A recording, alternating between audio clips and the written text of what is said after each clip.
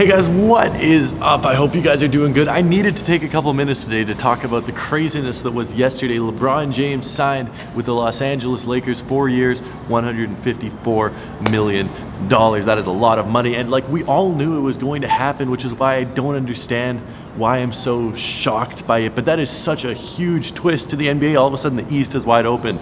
Boston could go to the finals 5 straight years. Philly could go to the finals 5 straight years. Like, it's a completely different conference. And now the West is just stacked. You have the Rockets, you have the Warriors, you have LeBron potentially teaming up with Boogie or Kawhi, or maybe he's just with a whole bunch of young guys and they get knocked out in the first round of the playoffs. Like, it's gonna be so strange to see what happens with LeBron on the Lakers. And I think the one thing that people are not talking about enough is, as far as I know, if I did my math correctly, LeBron becomes a free agent the year his kid would be getting drafted, which is crazy. Imagine LeBron playing with his kid in 5 years. That would be nuts. But the next 4 years he's going to be with the Lakers, and that's going to be so strange to see LeBron in the West. I'm really excited. I think it's going to be a crazy season to watch. Even if the Warriors still end up winning, I really don't care. I don't mind that. I just think the twists and turns along the way are going to be awesome. Let me know what you guys think. Wow. LeBron to the Lakers.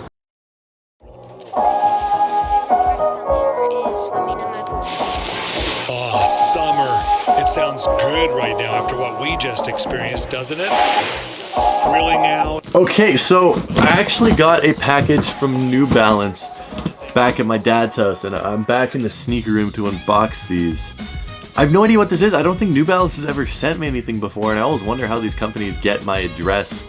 Like, I think ASICS randomly sent me something one day, and I was like, how did ASICS get my shipping address? But thank you, New Balance. I really appreciate it. I didn't think this was worth like a full, real, let's see what's in the box, because most of you guys probably don't care about New Balance, except I'm still really excited about what there could be. If you guys ever want to send me anything, just hit me up, shoot me an email. I will respond if you're a brand, or if you're just someone that wants to send me like a letter or a shirt or whatever, just hit me up. I'll give you my shipping address. All right, the New Balance 247. This is a really heavy box. It's a super cool looking box. I actually really dig this. Shout out New Balance. I have no idea what the 247 is. I don't follow New Balance at all. Okay. Oh, cool. It comes with a hat. Nice. Okay, so it comes with a New Balance hat. I do not wear hats. I think I look very dumb in hats, but thank you. And then it's, wow, these are out there. This is like not what I would expect from New Balance. This looks very new. This looks very updated. This almost reminds me of some newer Adidas models that they have.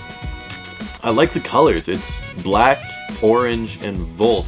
And then it also does come with Volt, orange, and pink laces, which I think is a really cool touch. So this is the New Balance 247, which, judging by the box, is a brand new model.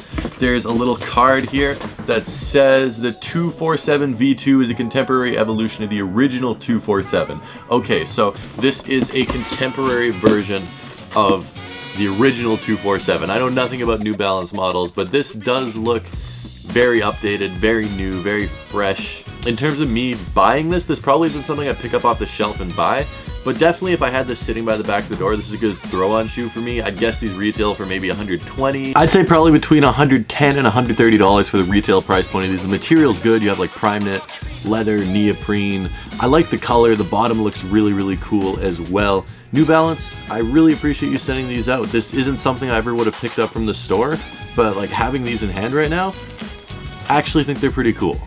Thank you.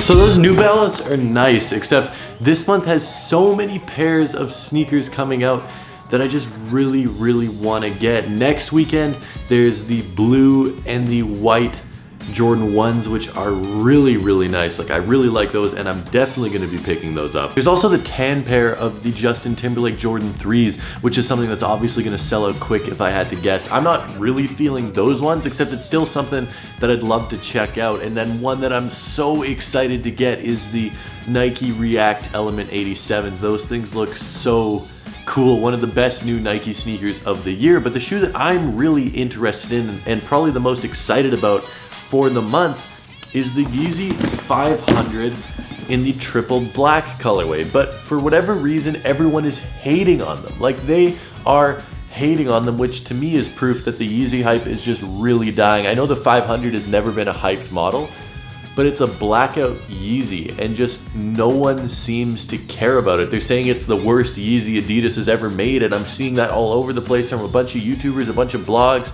a bunch of people on Twitter.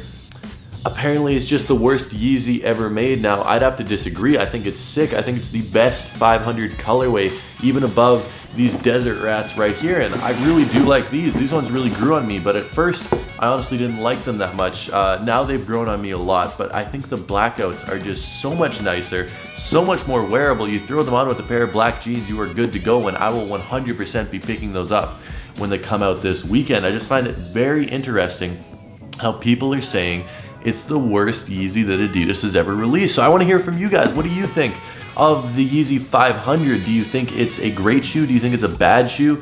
I personally think it's a really nice shoe, and it probably won't sell out immediately. It will sell out the day it comes out. I can pretty much guarantee you that, but it could be an easy pair of kicks to get if you're looking to buy just a pair of Yeezys and you don't want to pay resale and you don't want to camp out. You could probably just wake up in the morning and pick them up online and you'll be good to go. Yeah, I don't know why people are hating on the blackout Yeezys. I think they are awesome. Let me know what you think of them. Let me know what you think of LeBron, and let me know what you think of New Balance. With that being said, thank you for tuning in. I need to get some sleep because it was Canada Day yesterday and I was up till 4:15 in the morning. So until next time, peace.